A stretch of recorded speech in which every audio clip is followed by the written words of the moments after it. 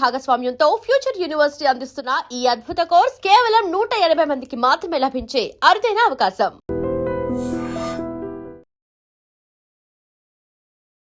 నమస్తే రమగారు. నమస్తే జయ. రమగారు, మనము కాశీ మజిలీలో విక్రమార్కుడి కథలు చెప్పుకుంటున్నాము. 3వ భాగంలో ఉన్నాము. మరి ఉత్తర దిక్కుకి ఆయన ప్రయాణం మళ్ళీ మొదలు పెట్టాడు. ఈ బయటికి వచ్చేటప్పుడు బలిచక్రవర్తి ఈయనకి 2 కానుకలు ఇచ్చాడు. అదేమిటంటే రసము, రసాయనము. ఒకటేమో యవ్వనాన్ని పెంచేది, రెండోదేమో బంగారాన్ని తయారు చేసేది. 2 వస్తువులు ఇచ్చారు. ఆల్రెడీ ఆయనకి 2000 సంవత్సరాలు ఉన్నాయి, మళ్ళీ యవ్వనం. సరే, అవి 2 పట్టుకుని బయటకు వచ్చారు. ఆయన గుర్రం కూడా వచ్చింది ఆయన కోసం. సరే, గుర్రం ఎక్కి బయలుదేరుతుంటే ఈయనకు ఒక బ్రాహ్మణ కుటుంబం ఎదురుపడింది. తండ్రి, కూతురు, కొడుకు. ఆయన చాలా పెద్దవాడు, శతాధిక వృద్ధు, 60-100 ఏళ్ళు ఉన్నాయి ఆయనకి. సరే, ఎవరు ఏమిటి అని కనుక్కున్నాడు. ఆయన చెప్పాడు, ఇక్కడ సమీప గ్రామమేనా ఆయన మాది, పిల్ల పెళ్లి చేయలేదు, మాకు 7 కుమారులు. ఆడపిల్ల అంటే చాలా ఇష్టం, మేము ఎప్పుడూ ఆడపిల్ల కావాలని కోరుకుంటూనే ఉండేవాళ్ళం. అయితే మా ఊరి గ్రామదేవతకి నమస్కారం చేసి నేను నా భార్య ఒక్క ఆడపిల్లని ఇవ్వమని అడిగాం. అడిగితే చాలా వృద్ధాప్యం వచ్చాక మాకు ఒక కుమార్తె కలిగింది. అప్పుడు ఆవిడకి ఏం చెప్పారట గ్రామదేవతకి, నీ పేరే పెట్టుకుని నిలువెత్తు బంగారం పెట్టి కన్యాదానం చేస్తాము అని దండం పెట్టుకున్నారట. నిలువెత్తు బంగారం పెట్టాలి ఆ పిల్లకి, అది ఎంత ఉందో అంత బంగారం ఆ పిల్లకి పెట్టి కన్యాదానంట. ఏం మొక్కో చూడిది, మొక్కుకున్నాము, మాకు ఆడపిల్ల పుట్టింది, గ్రామదేవత పేరే పెట్టుకున్నాము, మా 7 అబ్బాయిలు పెద్దవాళ్ళు అయిపోయారు, ఈ పిల్ల చిన్నపిల్ల, ఇది ఒక 16-18 ఏళ్ళది. ఈ పిల్లకి పెళ్లి చేయడానికి మా దగ్గర చిన్న మెత్తు బంగారం కూడా లేదు. నేనేమో వృద్ధుండైపోయాను. మరి ఏవైనా గ్రామాల రాజుల దగ్గరికి వెళ్ళి ధనాన్ని లేదా బంగారాన్ని అర్థించి వివాహం చేసే ప్రయత్నం చేద్దామని బయలుదేరామన్నాడు. అనేసరికల్లా ఈయనకి విక్రమార్కుడికి చాలా సంతోషం కలిగింది. తప్పకుండా నా దగ్గర 2 సాధనాలు ఉన్నాయి, ఒకటి రసము, రెండోది రసాయనము. ఒకటి యవనాన్ని ఇస్తుంది, రెండోది రసాయనంతో ఏ లోహాన్నైనా బంగారంగా చేసుకోవచ్చు, మీకేం కావాలంటే అది తీసుకోండి అన్నాడు.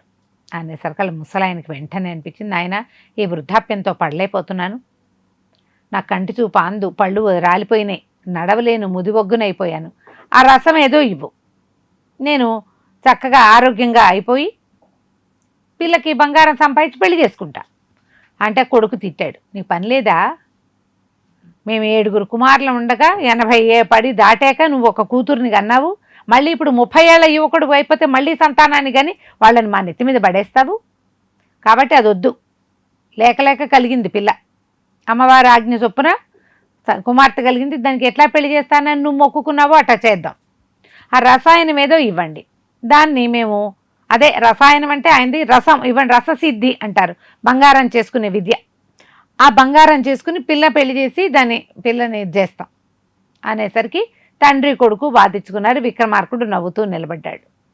చాలాసేపు బాధం జరిగింది. పిల్లంది, అన్నయ్య ఏమనద్దు, నా కోసం ఏమీ కోరద్దు మీరెవరిని, నాన్నకేం కావాలో అది చేయించు, ఆయనే నా పెళ్లి చేస్తాడు. ఈయన ఏమిటారు, నారు పోసిన వాడు నీరు పోయిడా, నన్ను కానీ ఎంత దాన్ని చేశాడు, పెళ్లి బాధ్యత కూడా నాన్నదే, ఆయనకి ఏం కావాలో అది తీసుకో నువ్వు అన్నది. అనేసరికల్లా కుర్రాడు అన్నాడు విక్రమార్కుడితో, చూశారండి, చిన్నపిల్లైనా మా అమ్మాయి, మా చెల్లయి మా నాన్న గురించి ఆలోచిస్తుంది, మా నాన్న తన గురించి ఆలోచిస్తున్నాడు, మా బాబు ఇంత ఆత్మబలం కలిగిన పిల్ల ఎక్కడైనా ఉంటుందా, అదేదో ఇచ్చి ఆ రసం ఈ పిల్లకి పెళ్ళయ్యే మార్గం చూడండి అనేసరికల్లా విక్రమార్కుడు నవ్వాడు. నిజానికి నా దగ్గర 2 వస్తువులని, నాకు వీటితో ఉపయోగం లేదు, మీకు 2 కావాలి, మీ నాన్నకి యవనం కావాలి, మీ చెల్లికి పెళ్లి కావాలి, 2 పుచ్చుకోండి అని 2 ఎత్తి వాళ్ళ చేతిలో పెట్టాడు. తీసుకెళ్ళి, ఈయన అలాంటి వాడు, అదే కదా, తీసుకెళ్ళండి, ఆయనకి ఆరోగ్యము వస్తుంది, అమ్మాయికి వివాహము అవుతుంది, లక్షణంగా వెళ్ళండి అన్నాడు. అవి 2 పుచ్చుకుని వాళ్ళు వెళ్ళిపోయారు.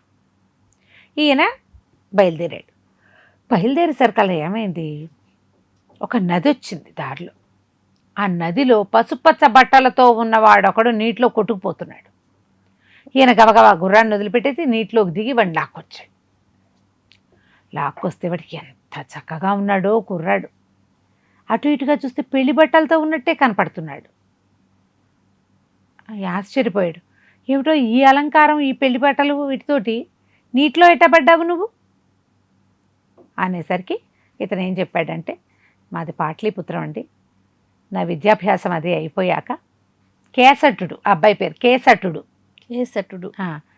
విద్యాభ్యాసం అయిపోయాక పెళ్లి సంబంధం వెతుక్కుంటూ నేను ఊళ్ళ మీదకి వచ్చాను. ఒకనాడు ఇట్లాగే ఒక నదీ తీరంలో ఒక ముసలాయన కనపడ్డాడు.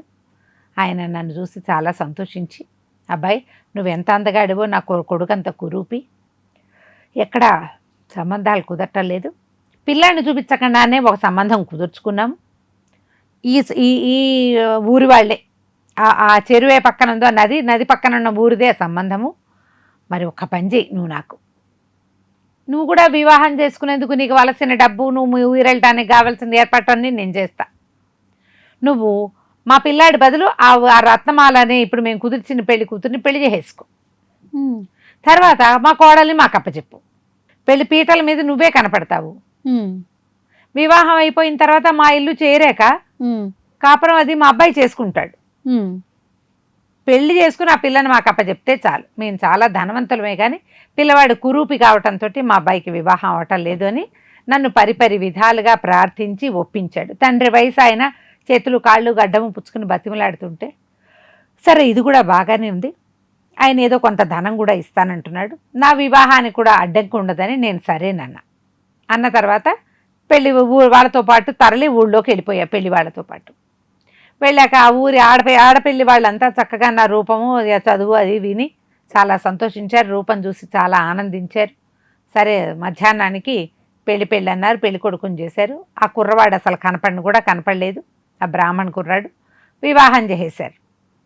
వివాహం అయ్యాక ఏమైంది, సరే మేము ఈ వివాహం నాటి సాయంకాలము ఇంకా వివాహం అవడానికే పెళ్లి కొడుకుని చేశాక తెల్లవారాక పెళ్ళి.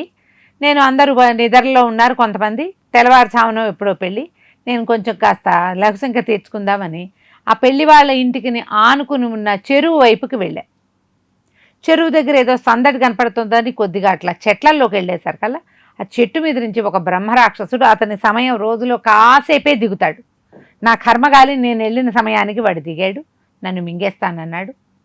నేనేమో ఈ బ్రాహ్మణ కుటుంబానికి మాటిచ్చాను, బాబాబు పెళ్ళైపో, నువ్వు పెళ్ళైపోయాక మీకు వచ్చి దొరికిపోతాను, ఇప్పుడు నన్ను వదిలేసేయి అని బతిమలాడాను. అతను సరేనని ఒప్పుకున్నాడు. 5 రోజుల తర్వాత పెళ్ళి 5 రోజులు హడావిడి ఉంటుందిగా, అయ్యాక నేను మళ్ళీ వచ్చేటట్టు బ్రహ్మరాక్షసుడు ఒప్పుకున్నాడు. సరే నేను ఏం చేశాను, వెనక్కి వెళ్ళిపోయాను. తెల్లవారాక పెళ్ళయింది. పెళ్లి వాళ్ళు చాలా సంతోషించారు. ఊళ్ళి వాళ్ళంతా సంతోషించారు. రోజు సదస్యన్న ఆకబలి ఇవన్నీ వరుసగా అవుతాయిగా. 5 రోజుల కార్యక్రమాలు అయినాయి. 5వ రోజు రాత్రి సమాగమం అని చెప్పి మంచి శుభకార్యానికి ముహూర్తం పెట్టారు. మేము ఇద్దరం గదిలోకి ప్రవేశపెట్టబడ్డాం. హోమాలు అవి పూజలు అన్నీ అయినాయి. అందరూ వెళ్ళిపోయారు. పెళ్లి కుమార్తెను వదిలిపెట్టారు. ఆ అమ్మాయి చక్కగా వీణ వాయించింది. సంగీతం గింగీతం అన్నీ విన్నా తర్వాత నిద్ర వస్తోందని పడుకున్నాను.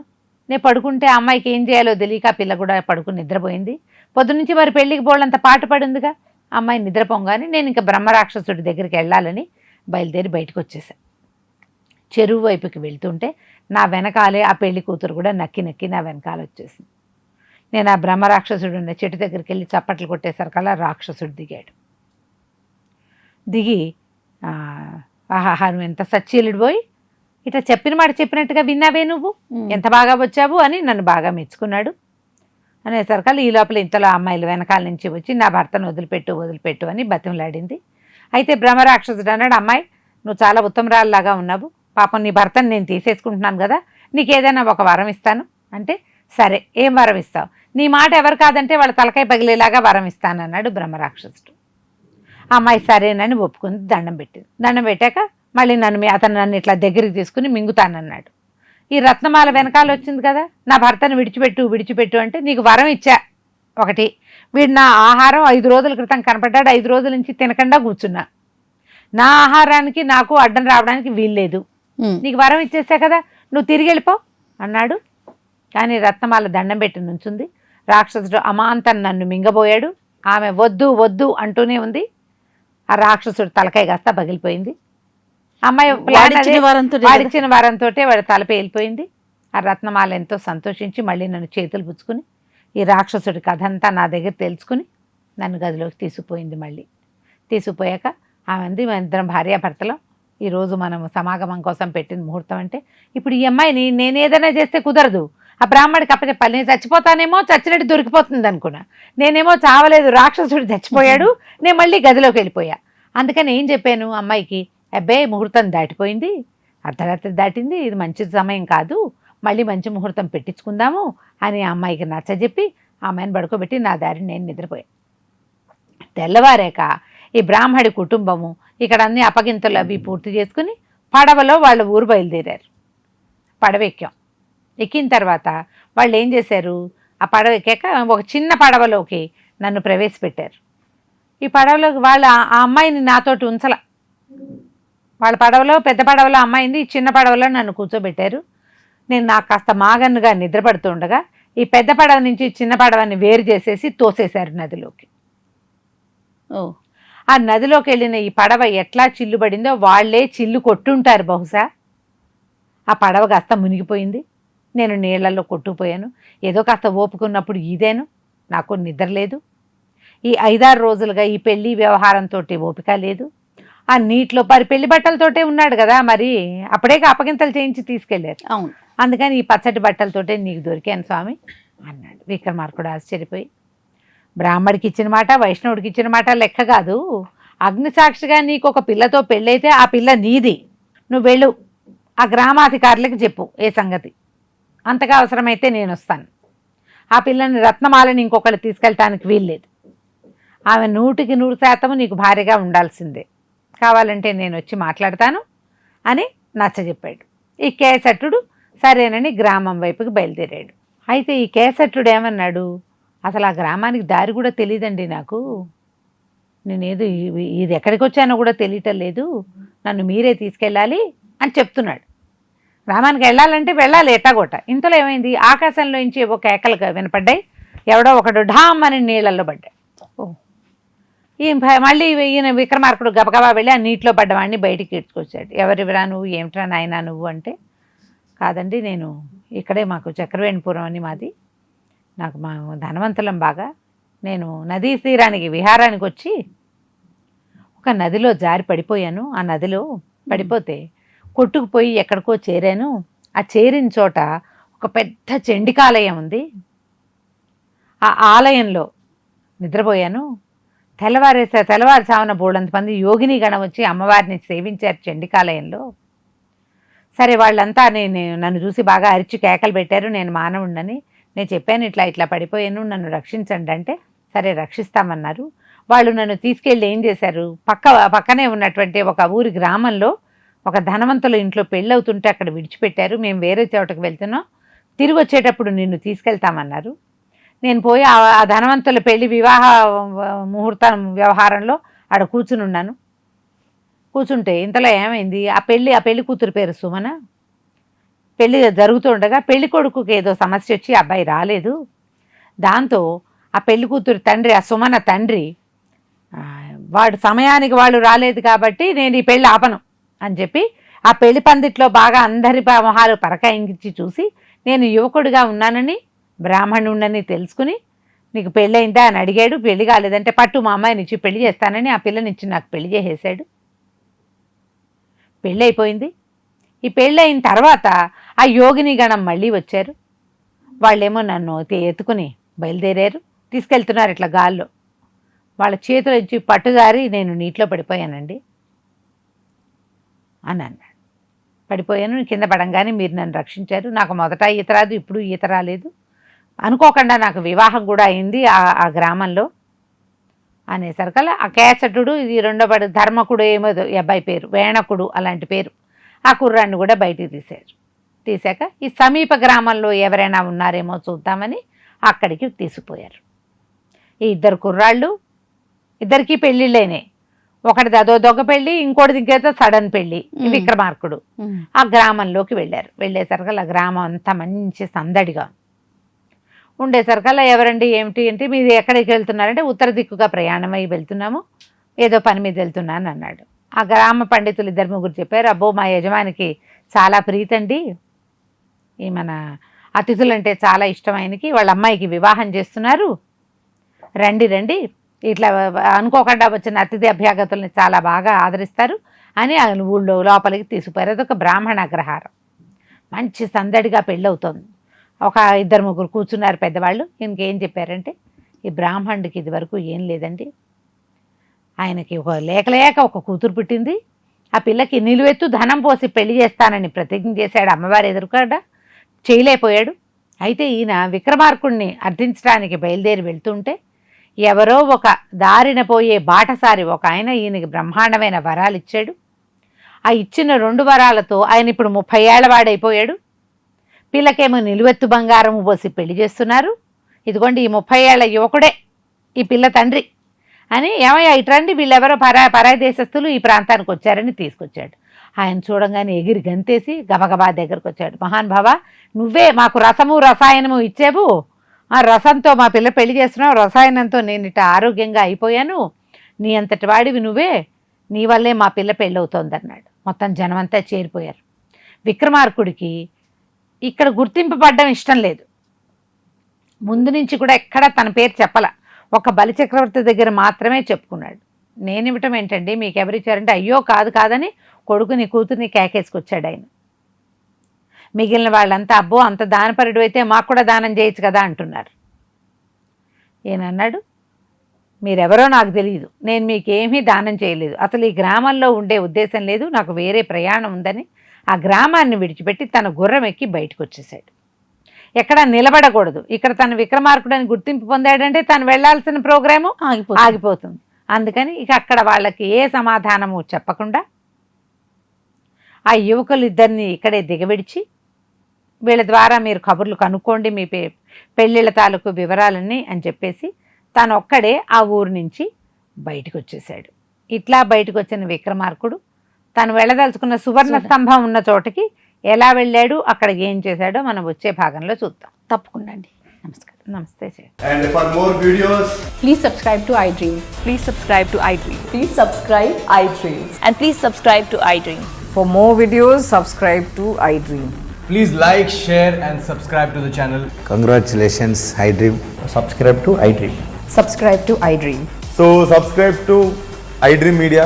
iDream ki iDream team andarki huge congratulations. Please subscribe iDream Media. Please subscribe to iDream. Subscribe iDream. Please subscribe to iDream. iDream అంటే నా కళల ఛానల్ను సబ్స్క్రైబ్ చేసుకున్న నోరు తిరుగుతలేదు, మీరైతే గంట గుర్తు కొట్టండి. For more such videos, please subscribe to iDream. Subscribe to iDream. Please subscribe to iDream. Please subscribe iDream Media. Please do subscribe to iDream. Please subscribe to iDream Media. For best entertainment and information, please subscribe iDream. And don't forget to subscribe to iDream.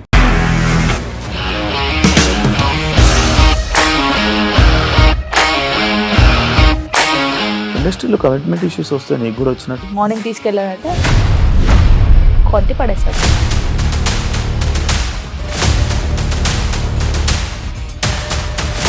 ఒక్కళ్ళు కూడా చూడలేదు ఈ cinema అని చెప్పడానికి కూడా చాలా ధైర్యం కావాలి. అది నిజం కదా, దాంట్లో ధైర్యం ఏంటి? ఇది నెక్స్ట్ డే ప్లేట్ మార్చేస్తే తప్పు కదా. As of now, we are comfortable this అని నేను అనుకుంటున్నాను. రష్మిక గారిది మీది ఒకే ఊరంట కదా.